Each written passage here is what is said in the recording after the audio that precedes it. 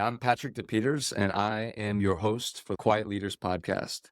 Today, I have a special guest. It is a man that I've known and grew up with in Woodbury, Connecticut, and we went to high school together at the Frederick Gun School, formerly the Gunnery. And Cameron Ahouse is a terrific person all around. He's got a wicked sense of humor. He's got a real connection to the work he does, but also to his family, to his friends, to his community, and a lot more. He's passionate about not just fitness and not just in his professional work as a marketer, but he's also passionate about things like mental health, especially for men's groups, which is something that is really terrific to see and something I want to hear more about because I think it's the kind of thing that a lot of people could benefit from hearing, seeing someone as awesome as Cameron lean into that kind of environment. So we're going to have a fun conversation today. I'm super happy to have my buddy for many years now. It's got to be 20 some odd years. I'd like to welcome Cameron Ahouse to the show. Thanks, man. And yeah, wow. Yeah, 20 years. I think I was 14 when we got, so coming up on 22 years. Yeah, man. I think you were. Yeah. So I was a little bit older. I was probably 15, but before we started chatting, we were saying we went to a kind of a Harry Potter school at the Gunnery then, and wearing the jacket and tie, and all the relationships were more or less new. I had a couple people that I went to school with from St. Margaret's that were there, but by and large, Cameron was a new relationship and we just hit it off. And we also lived about 5 minutes from each other. So that made it even more fun to be able to spend a ton of time. But why don't you take us back, Cameron, to growing up in Woodbury, Connecticut, or is that where you were born, by the way? No, I was originally from Andover, Mass. That's right. Okay. I moved to Connecticut when I was 10. What brought your family to Connecticut? My dad got let go from his job, so he ended up working at SML, which is a semiconductor company. Like they're pretty big now. He's retired. And yeah, was really upset about it. I was really outgoing at the time. And then we moved to a shell, but eventually grew out of that. We moved to a beautiful neighborhood, new development. Now it's 30 years old, but yeah, cul-de-sac, hope the picket white fence, like the picture perfect American. And yeah, grew up in a town where it was, and just leads like why Gunnery became in the equation was my sister. So I'm one of four. The older sister went to Gunnery, and I wanted to, came around my shell, grew out of that. However, that wasn't immediate, and it's still something that I struggle with because I am very introverted. But I started playing football. My dad played football in college, and I remember. And listen, my mom was half black, and I don't really show it, but definitely tan and like get really tan. The N-word in middle school. And so on, and I was like, forget this. So I started looking at Holy Cross, which was a Catholic school, and the Gunnery and Taft. Yes, you are. So I got into the Gunnery, and it ended up being by the best decision in my life was me ending up the Gunnery. And I wanted to play football. My high school didn't have it. At the time, I couldn't go to another town to play football. Didn't want to be around like the community that was in Woodbury. It's a small town, and at the time it was like 1,000 people. And went to the Gunnery, played football, had a great experience. But I think that a lot of people may look at prep school and think that you may be entitled or it's like just for people that are rich. That wasn't my family. But what I think that people don't or underestimate is the family's orientation or family community that you get in prep school because you're there all the time. And I was a day student, so I didn't live there. So it was like 80% of the kids lived there, 20% were day students. But there was no locker. Like you keep your stuff and all your belongings in someone's room, in a friend's room. And Which friend were you in freshman year? I know the answer, but where did you keep your stuff freshman year? in Dakota. Yes. Yeah, amazing. But yeah, it's super small. And I try to explain to my fiance as well. Like she went to public school. The sense of community and the sense of everyone, for the most part, there's still cliques and everything, but like the teachers care about you. You're with them all the time. And that ended up being extremely important for me. When my sophomore year, when my mom passed, I really don't think I would have had that same support if I went to non-log, the public high school. Everyone coming out for her service, just the support that I had. And the support also like financially helping out my family. It's hard to measure like how much that helped us and helped me. And Gunnery is still like a school that I donate to. I don't do that for my college. Well, I know a lot of people don't always do that, but Gunnery holds a really special place in my heart. Got to meet a lot of incredible people. You're also around just a ton of different people. There are so many foreign exchange students there. from all over the world, different demographics, socioeconomically, just geographically, that you're exposed to. And you're usually not exposed to that until you get to college. School provides this great community and family center, and also just the ability to meet people that you normally wouldn't run into until later in life. And usually it'll only be like you're moving to a city. You really get a lot of benefits outside of it just being like more prestigious, and like people may think it's easier to get into a college because of a lot of things that translate well into the real world. Yeah, I couldn't agree more. I think before we started recording, I mentioned I recently visited the Gunnery, first time in some 15 years. And I was just, the longer it's been since I've been on that campus as a student with you and all the friends, the more I appreciate it, because it's so rare, right? There's so many amazing people there. There's a lot of history there. This probably wouldn't surprise you. Washington, Connecticut to this day does not have cell phone service. The cell phone down. Yeah, they're so against it. They're like, but I love that because it's like, it's a utopia. It's like a utopia. And I think kids need as much of that kind of environment as possible, because the world is tough. The world can be hard. You could drive 20 minutes away to some of the cities in Connecticut and you'll see some things that are the same kinds of things in a lot of places, which are like, they don't have that kind of support, those kind of resources. So when you mentioned feeling, not just feeling, but being called names, pejorative, very pejorative and deeply insulting and harmful words because of your race. You're quarter F black, right? Okay. Right. So what was that like then, coming to the Gunnery and having that diverse student body? And I don't know, I would love to hear whether or not you felt very different there. I felt out of place at the Gunnery, not because of any race or like how I look then. I think it's because I went in with the misconception that everybody there, like, so much money, they're going to be so stuck up. And this is a time it was like, I remember Birkin socks were huge. I think it was more just, I grew up, like, Woodbury's a pretty farm town, and it's only a town over or 2 towns over where we went to high school.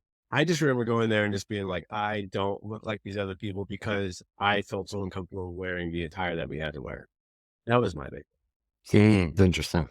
And so I just remember being so, like, self-conscious. Yeah, I felt really out of place, and it wasn't until we come from you and Dakota, and that was big when Halo was out, and Yeah. and because I didn't really have that at my middle school. Like, I had some friends got me up in the bathroom, and Wow. you never At know. the Gunnery it was? No, in middle school. Oh, okay. No, I didn't know that. I actually didn't know that. But not That's horrible. yeah, there are a ton of reasons why, like, staying in Woodbury and going to public school was not the best. But when I think that being exposed to all the people that I was exposed to at the Gunnery, what it allowed me to do is, I don't know if this is the right way to say it, be like a chameleon and being able to adjust and blend myself in a, like, positive way into different groups of people. And so it can be difficult for me to find a group of people where I feel uncomfortable being around them and feel like I can't find a way to fit in, and like where I won't be able to like be able to have conversations with them or understand where they're coming from. Those situations are rare, but I think that being around all those people at the Gunnery definitely helped me with that, because again, you're around so many different types of people, which I think is absolutely phenomenal, because that's going to happen in the real world. Go like public, like very white public school. You're not going to have. Yeah, I totally agree. You were a tour guide, right? Yep, that was tour guide. You're reporting to me. I was a head tour guide. But I really loved being a tour guide, actually, because it does require that you be yourself and that you connect to both the parents and the student who's nervous, probably like both you and I were when we did our tour. And they might have an interest that you could talk to them about. I got the head tour guide award. And I think it was just because I just loved it. I loved connecting with these people. It wasn't like, where I'd walk around and only appeal to the parents. I'd be like, yeah, like this dorm, we have a ton of fun. We have a ton of fun in this dorm. And so the kid would be like really excited about that. And we would tell the parents, walk a little bit behind and then a little bit more of a private chat with the student. And you can really connect with them. And I think that actually also, as you just said, was probably the most valuable thing I got from the Gunnery. I would say it's like up there. It's up there. Yeah, because like last night, I'm meeting people at this new social club thing I joined.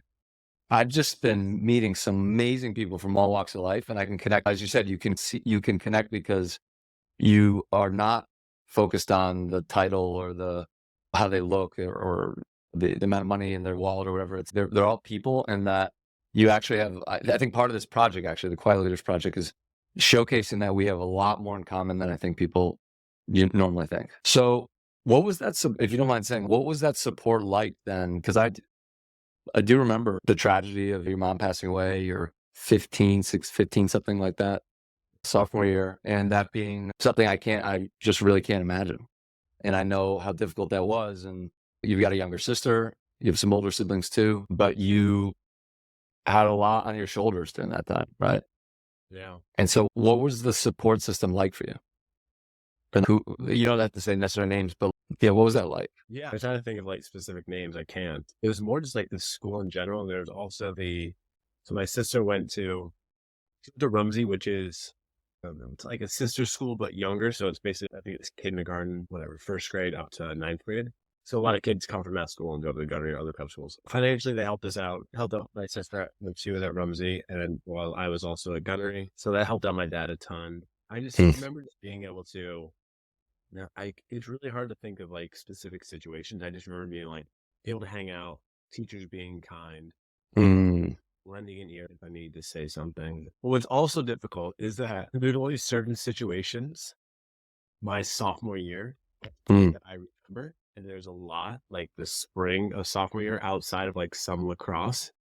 I don't remember at all. I remember two football scenarios, visiting her in the hospital, her service when I found out she died, and then playing like a little bit of like varsity lacrosse. hmm. But outside of that, I don't remember much. And then one other thing I remember is having, hopefully this doesn't get you in trouble, having my first beer. No, it's it with me. At your house. You What bought it. was it? I don't know what you're talking about. That's incredible. Um, That but is yeah, very fun. Hey, you gotta get everyone in trouble here. No, it's kids are kids, yeah, right? So that's that is hilarious because you were a pretty straight laced kid, I would say, right? Like you were an athlete, you were focused yeah. on taking all that seriously, and you were just a great. My family adored you. I think your family was like a second family at the time. Would you be open to sharing a little bit about your relationship with your parents and specifically your mom as well? Absolutely. It's also, I would say, like smiling because if you asked me probably 5 years ago, I'd be like, "Oh, it's weird. I don't want to talk about it." My dad, he was right to the family, was a coach, went to football growing up. And then my mom was a stay-at-home mom, and then she ended up working at Rumsey my freshman year because it was basically like she was going to work to pay for me to go to high school. And she was like my best friend. So she was diagnosed in June, I believe, May or June of 2003, and then passed December of. So it was really quick. But yeah, my mom was like my best friend, could make all the jokes, tell her everything. And my dad was very much, I knew he loved me. The first time I remember him saying he loved me when I was 15 and he told me she was sick. But he was very hands off, and she was very much the opposite. And he can get along with people, but he can be intimidating. While my mom is very outgoing and Hmm. more of the extrovert and the one making the plans with for family stuff and with friends. So I was just, yeah, I was upset. Obviously, when I found out she was sick, and then when she passed, it was a weird dynamic. My dad and I would get into a lot of fights, not physical, but just I was always a good kid, and even at Yeah. past, if I was going to somewhere to a party, I would either tell him like he needs to pick me up, or I would just stay there. Like I was going to go drive around drinking, or if I said I was going to be home at a certain time, like I made sure I was home at a certain time. But it was really tough because I think because he had to take on the role of her, take on the role of her. So my dad, I think it was really difficult for my dad because he had to take on the role of both parents, and Mm. from his previous marriage, he didn't take on the role of mother and at all, and now he had to do that for my sister and I. So it was extremely hard on him and difficult for him. And he has changed. He has grown. He has been more loving, more verbally showing or sharing how he feels about us. Like how you should remember when she died. And like I was just so mad, and I was like, I said it to him. Like, I wish they could switch places. Like that's how I felt because it just sucks so much because I did not have the best relationship with him growing up. It was all about her. And also like my sister Haley like needed a mom, not go through all this stuff that women go through. Two guys who don't understand it and honestly didn't try to understand it. And so that was extremely unfair for her. So yeah, two very different relationships with my parents. My relationship with my dad will never be like it was with my mom. My relationship with my dad will never be like with my mom, but it has gotten better. And so that's important. And you know, it's 81 now. So there's a big age gap with my parents. But yeah, so I hope he lives another 15 years or more. Nothing's guaranteed. So yeah, different relationship with my parents. I don't know if I would be here I don't know if I would have done the New York thing after college. I don't know. I don't know if I'd be in Boston. I don't think I would be. I think my life would be different if my mom was alive, but yeah, I don't know. And also losing her, I know you just asked relationships, but like losing her like changes my perspective on death of relatives or just people in general. It can be difficult for me to understand when somebody says, "Oh, my grandma died," and I'm like, "This is not really harsh way of saying it, but that's the order. Like they're supposed to. You always, the parent always wants to pass before the children." And so that was just from my mom's side, like it was the opposite way. She passed before me and she passed before her mom. Like people say that about like pets and stuff, and I'm like, but it's not like a person. Those people or those animals can hold special places in people's heart, but it has like a cold in general, like to death. And I don't know what the right word is, nonchalant, but I don't know what the word is, muted. I appreciate you sharing that. If you're going to say something like muted or nonchalant, is there certain deaths that, let's say someone loses a parent that you talk to that is not that kind of feeling, or is it actually death altogether that is just is very difficult for you to allow yourself to get to that space, probably where you didn't remember 2/3 or whatever of your sophomore year? Yeah. So is that part of it? I think I'm not very, I don't think I'm very empathetic. Whenever someone loses a sibling or parent, I can sympathize with that. And I've lost all my grandparents. I've lost aunts and uncles. But for me, I just feel like in a hierarchy, like there's a difference. But it may not be that people have different relationships with their non-immediate family. Right. Yeah. Yeah. Also, like everyone reacts differently. Like some people at the age of 35 lose their parent, and what they're going through in life is so much different than what I was going through at 50.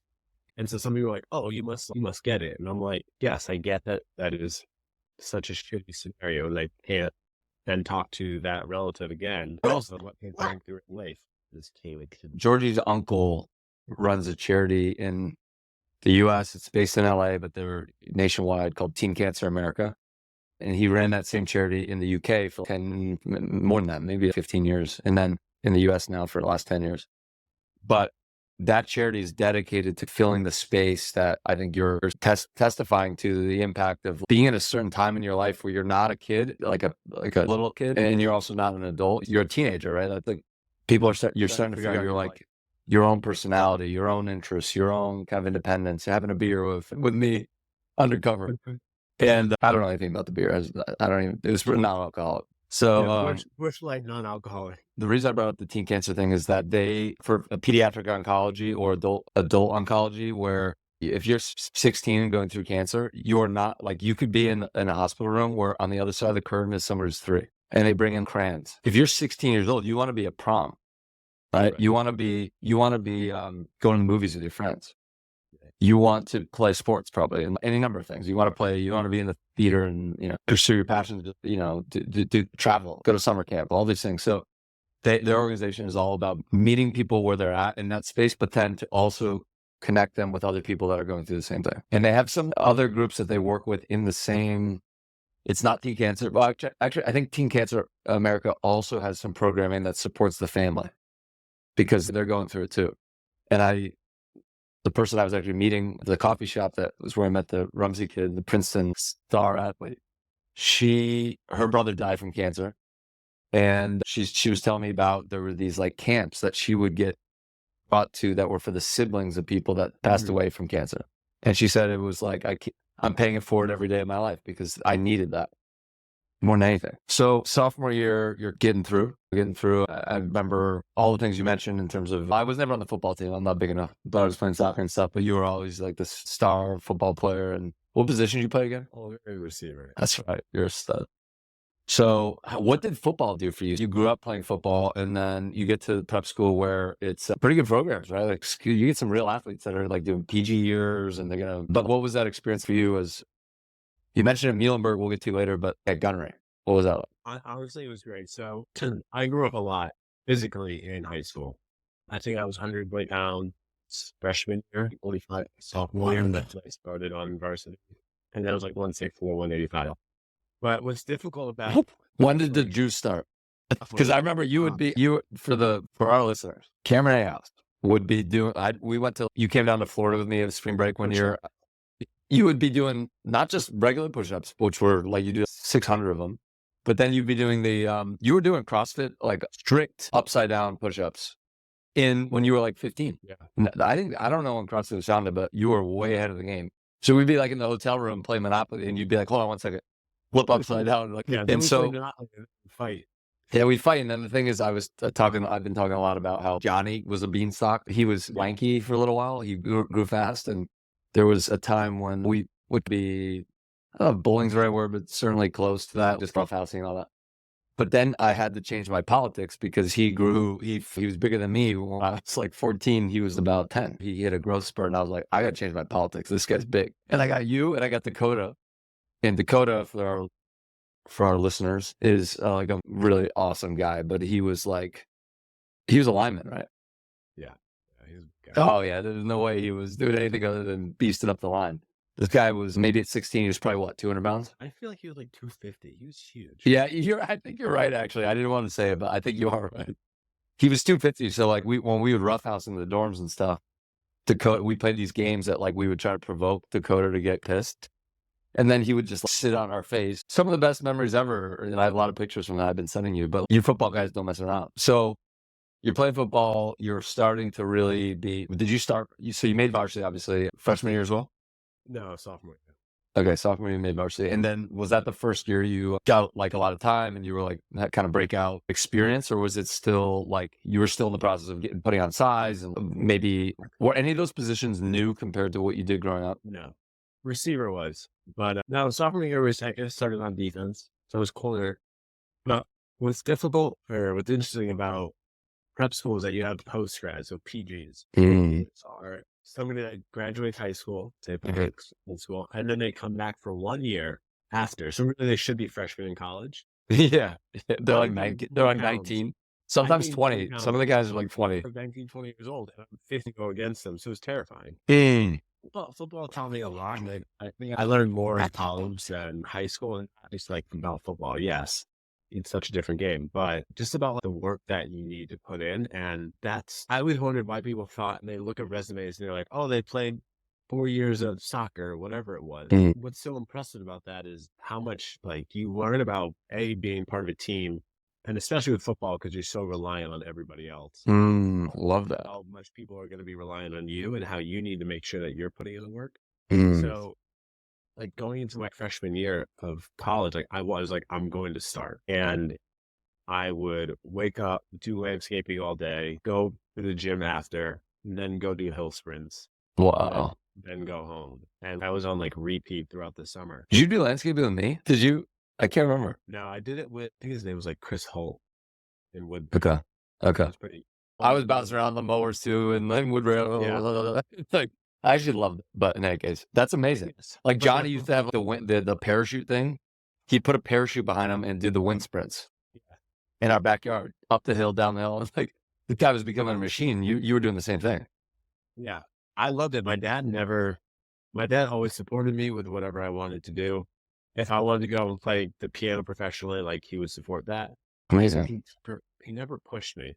And I always felt that out of all my siblings, like maybe it's not true, but I feel like I'm the least athletic. Actually, the size was less athletic than me. I have a hard time believing that, by the way, but say more because I want to know. Because I remember, I think your older brother, right, was like an Olympian or something like that. The oldest one, he was on like USA's flag football team. Oh, that's incredible. Zero training and went and ran like a 3:30 marathon. Wow, that's phenomenal. Kaylee, my younger sister, is way more athletic than me. Like field hockey, right? She field hockey and lacrosse and stuff like that. She did field hockey and softball. Oh, softball. Yeah, she was really good at softball. She played for 1 year in college, but I'm the only one that played like throughout college. And I just had to work my ass off. Like I went into college as a receiver. They moved me to defense. Now I'm going to start. And so I started all 4 years. Individually had a great career. And also sophomore year, we went first time undefeated in school history. Wow. That's phenomenal. And Muhlenberg's an old school, right? How old is Muhlenberg? I don't know. Football team, I think it was like their 110th year. And we were. Wow. They have since done that. And now Muhlenberg is now a powerhouse for D3. You got to send me stuff on them because I want to check it out. Do you know the story of Roger Bannister? He's the first one to break. Oh, the 4-minute mile. The 4-minute mile. You know that story? So for people who don't know, Roger Bannister was the first one to break the 4-minute mile. Within maybe months, certainly within a year or two, dozens of people were able to do it. So what's so amazing about what you're saying is like this, you guys proved you can go undefeated. This could be a powerhouse program. And now everyone else in the locker room is getting recruited into that. And they're like, yeah, we got to do it too. Like we can do it. Gunnery hockey had some ups and downs, but there's a big tradition there. And now all of a sudden they're like one of the top 5 prep school hockey in the country. A little school, but you get these kids that are like 19, they're going to play in the NHL. Right. It's pretty incredible. It's pretty incredible to see. So sophomore year, you're really working hard. What's your relationship with your teammates and your coaches like? It was good. I definitely had like sophomores. You're talking about college? Yeah, just did you have a coach that was like hard on you, and then one that kind of was building you up, or what was it? Tell me about all the dynamics on the program for you. Also, I'm not thinking remember numbers well. I've heard people ask memories about like they're like, oh, this happened in this game, and I think some of you are good at that. I'm terrible at that. Okay. So these things are you have to really think about it. But the head coach was definitely tough on me. He has since passed. He was really tough on me. He was a defensive back coach, so I was always with him. So he made me better. I think he saw potential in me that I didn't or wasn't ready to push myself to go to. Well, listen, I'm not playing at University of Florida, right? We're playing, as he would say, I don't know if people can see us, but he would go. Yeah, they can. They will see us. Yeah. He would go, remember, schools first. Football hold up his number 2. I love that. That's really good. But with D3, like it is very like school oriented. And like I played in playoffs, like I played against kids that went pro. And there any names you want to give a shout out there? Do you remember the names? You seem to have a faulty memory. Receiver, and he ended up playing for Panthers in New Orleans. Amazing. Small stint in the NFL. Yeah, there's a good amount of talent that can come from D3, but there's definitely the ranking of schools are like we would play Johns Hopkins, and so you have like academically focused. Yeah. And then you have schools that are not, and those schools that are not typically were like the ones that were doing really well in college world playoffs. And so it was like odd or more of an anomaly for us to end up doing well because we were so focused on the academics of the students and athletics. And those other schools would have a lot of D1 transfers. Like I covered a kid that went transfer from Oregon. So it was like athletically different, but it's really great to see how well the school is doing now. But as far as like relationships, I had great relations with guys on the team. I was really lucky, really fortunate with, especially the upperclassmen, and then one more, all really close. And so it was just really special to do that and have that success because we pushed each other so hard in practice so that when time came for a game, we were united and usually crush teams. That's incredible.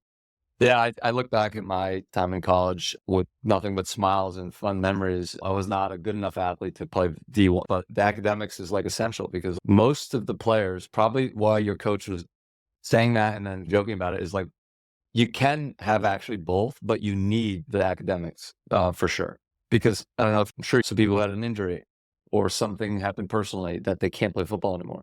And then what? Some of the guys that I've been interviewing, this guy Leo Savetti played professional basketball, wanted to play in the NBA, didn't get that look, unfortunately. But I feel like now he's the absolute star coach. He's a trainer. I call him the underdog coach. But anyway, many of these players get sent to, like in his case, overseas in Bosnia for like years and all over the world. And the money, the endorsements, the like proximity to, like, let's say your hometown or the kind of places you would like to play pro, you're thousands of miles away from that. And a lot of these guys, you probably know, like lacrosse this is true. I don't know how much it is in soccer, but I'm sure the development leagues for soccer for the MLS have this. The tennis players, if you're not in the top 100 tennis player, like it's not gonna happen. I don't want to say it like that. It can happen and it does happen, but my point is it's a struggle, right? If you're not a top 20 tennis player, wait till you come back home. What I was saying is that the top 20 tennis players, they have the Nike endorsements and the head and all that stuff. But if you're in the top 500, you're like, you need to do like a GoFundMe to go to these tournaments because it's very expensive. And so I think your coach was very wise to say, I can see, I've always known that you're so amazing, but you also you took your studies seriously and you were good at math too, right? Wasn't that your thing? Yeah.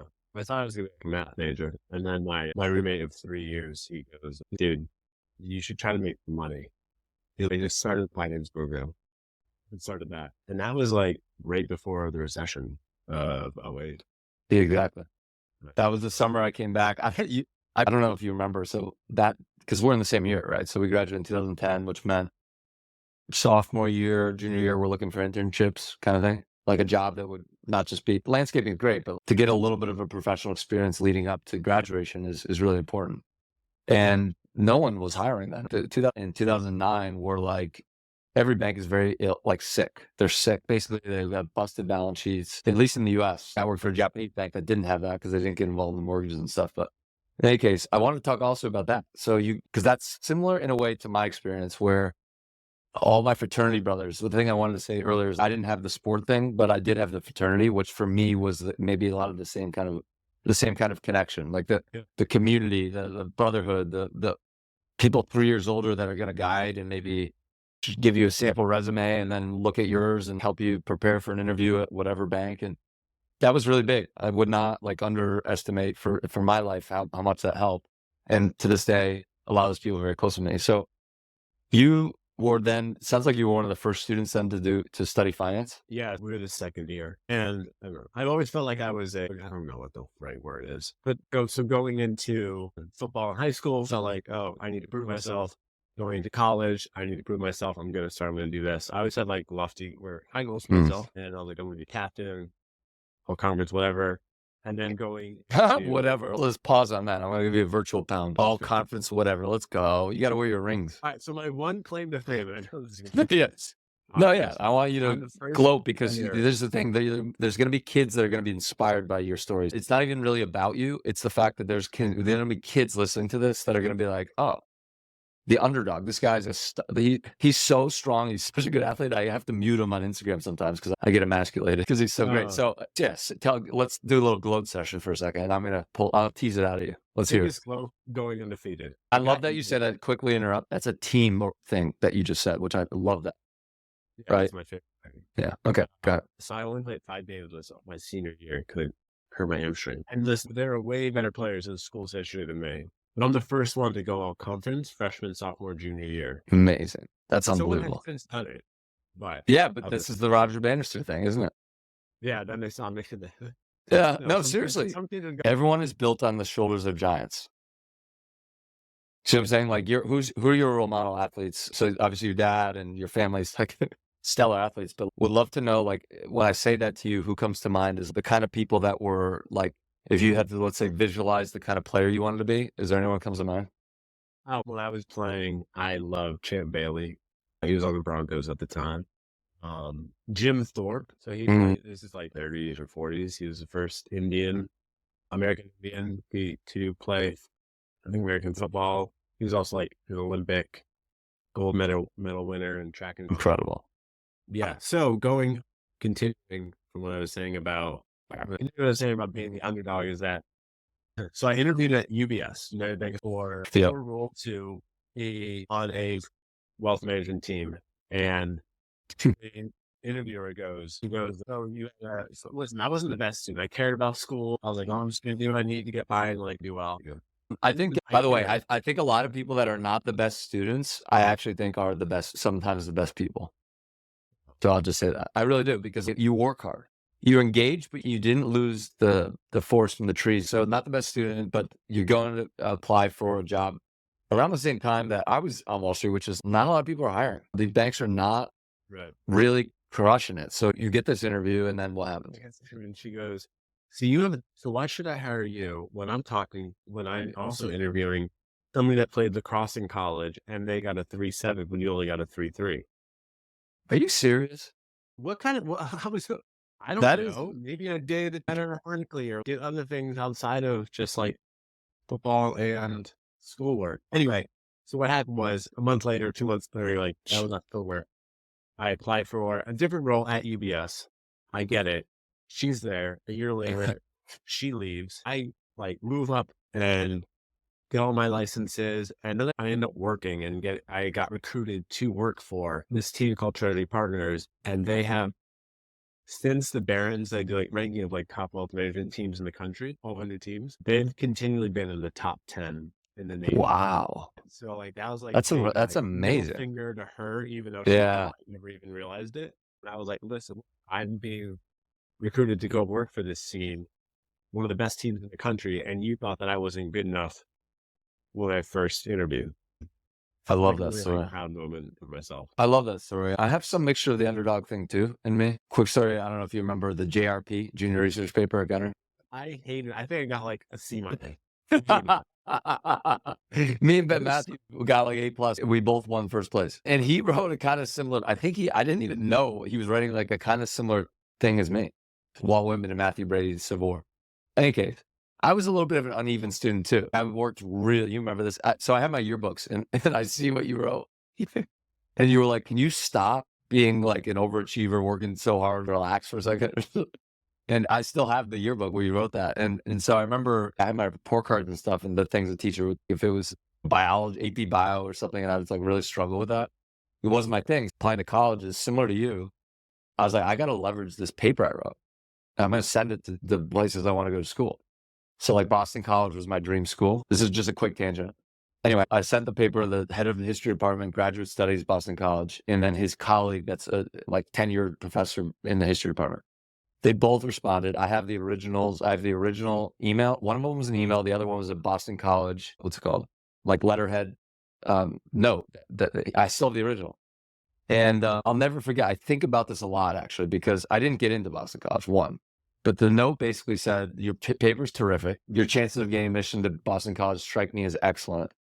And then one of them might have been the head of the history department. He said, but students of your talent and ambition, for you to be able to write that now when you're 16, 17 or something, that's pretty outstanding. So students with your talent and ambition can go farther intellectually or geographically, if not intellectually. That's like an exact word phrase he used. And then he said, Brown comes to mind and so does Yale. As I said, I didn't get into Boston College. She thought I would be like, he goes, maybe I'll run into you in the fall. So my thing about it is, why are these admissions counselors, why is that boss looking at like a standardized assessment in a way? A GPA? What the hell is a GPA? It doesn't mean anything. How about the fact that you overcame incredible diversity with your mother passing and the stuff with going to these prep schools where it's like a very foreign thing and you're like trying to figure it all out? Learn about the story behind the person, and then maybe if you still want to talk about the GPA. Yeah, there's always more to the person than what's on paper. My point is that I really am passionate about this because it's like, if you and I are not able from these schools to have an even kind of conversation in a way with a potential employer, can you only imagine what someone else that didn't go to those schools has to deal with? If you're from Waterbury City, 30 minutes away, whatever, and you went to a public high school, whatever, and you're going to be the first person in your family to graduate, not just college sometimes, but maybe even high school. Yeah. Why don't you talk about that story? So I'm really passionate about this thing. That's why a lot of this quiet leaders thing, I want to really get people in the room that get that, and this body of people that are going to have influence around the world to basically get important things done around education opportunity. Those are like the two things I think are really important. As I said in my intro, I've been loving seeing, now you have a platform, right? You've got hundreds of thousands of Instagram followers. We'll hook up your Instagram handle and all your social stuff in the show notes, and people can get in contact with you, at a minimum follow you, because you do a lot of cool stuff. But you also post about mental health, specifically for men. It sounds like you were doing men's circles, and one of your previous jobs was really leaning on you to be like a captain for that project in some ways. Want to hear what got you into that? What kept you in it? How did you become a leader within that world? And how is it, what's the message you want to share around it? Yeah. So I started this thing called Mind and Muscle. I started July. How it started was I was always very, like I said, pretty introverted and we closed off that emotional wall. And so I was down in Austin, Texas, and went to this event. It was called Guy Talk Co. Guy Talk. And it was, say, 50 guys. We're all in the circle. And then there's like the leaders. And it was Calvin, Will, Grant, John. And what happened was they just started like being really vulnerable and open and sharing. Mhm. And I was like, and everyone was like all about it and like supporting them. Yeah. The first time that I had been in a scenario with guys that were being vulnerable and other guys were supporting that. And I was like, how? And so I was like, how cool is that? So I ended up joining like Guy Talk. So this is October 19. We go right into the pandemic. And so this is like a way to us all virtually connect, go to small break rooms and like chat, whatever. And I really loved it. Like, was all about it. That ended up going away. So the following year, I reached out to our founder and was like, hey, I'm going to get these guys together. We're going to do a workout. And then we're going to go down to the store at Roan before I start working there. And we want to hold like a chat, just a space for guys to open up as much as they want. It was like a life-changing moment to see guys open up and also allow myself to open up, strangers as well. And also guys I was friends with, but never Right. broach these subjects with. Right. And I still assist Roan with helping run these mind and muscle events because I'm so passionate about it. But at Roan, we did dozens of them. And I led almost all of them, and I got to travel the country and do them. It was just cool to see everyone that comes in, every time it happens, I'm like, are guys really going to care about this? Will they open up? Will they leave here with a positive experience? And every single time, guys love it, want to do more of it, open up. And it's always just such a great experience. So it goes is that it starts off with the muscle portion, which is like some movement component. The first one we did, it was such a hard workout. The guys throw up. So I've actually now had it. So my fiance has done something. Love that. And it's really just to create a safe space and allow people to realize, hey, I'm going to do some shit like someone else is actually going to maybe the exact same thing. So it starts with the muscle part of the mind and muscle, where it's a movement component. You breath, run, whatever. That helps lower the emotional wall of that discussion. What's your name? Where are you from? What's a hobby? Or if you could have one superpower, or what's a book? If you were to write a book, what would it be called? Are there questions? And then it goes into something a little more serious. And the best one, and I've used this twice, is what is your biggest fear? Wow. That's so great. I would say, we lost out like sharks. But what's my real fear? My real fear is failing. And so for me now, I can get married next year. So it's like failing as a husband, father, in whatever way that is. Failing, like I've always been scared of failing and like being the underdog, but like not being able to prove my worth. So like I always had to work really hard to make up for that with football or my career. Right. So just to see guys, that's the mind portion, is like to see guys really come out and open up and share and be vulnerable and want to do this alone has been really had a profound effect on me, and it's something I'm still very passionate about. And it's just cool is like a really poor choice for it. No, it's not. Well, if that word is going to help get more guys in the door, then let's just say it's cool, because it is cool. It is cool. And I think our world needs it. So that's amazing. Where can people find out more about that and also get in contact with you? Apply to my Instagram is the easiest thing. So it's just my first and last name, Cameron House. I've just found social media to, yes, there's a ton of negative things. There's negative things like on fitness, on politics, on food, whatever it is. But I think the pros far outweigh the cons, and the community, the people that you get to interact with, and especially if you get to meet them in person, strong community, whether it's fitness focused, whatever you're interested in. There's always going to be the trolls and the haters. Quickly about my biggest fear is not taking the risk, not doing the thing I thought I wanted to do, not leaving like a legacy that I can be proud of, not talking to the person that looks really nice and maybe you could help them cross the street or something. That's the thing. My biggest fear. It's on my wall real quick.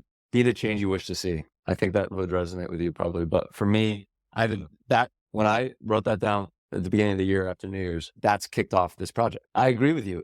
There's always good and bad, the good and evil. There's always vice and virtue. There's always the kind of the dark side of any place in society, any organization, any school, any community, any family. There's always that. Where you headed to? I'm actually going to get a massage.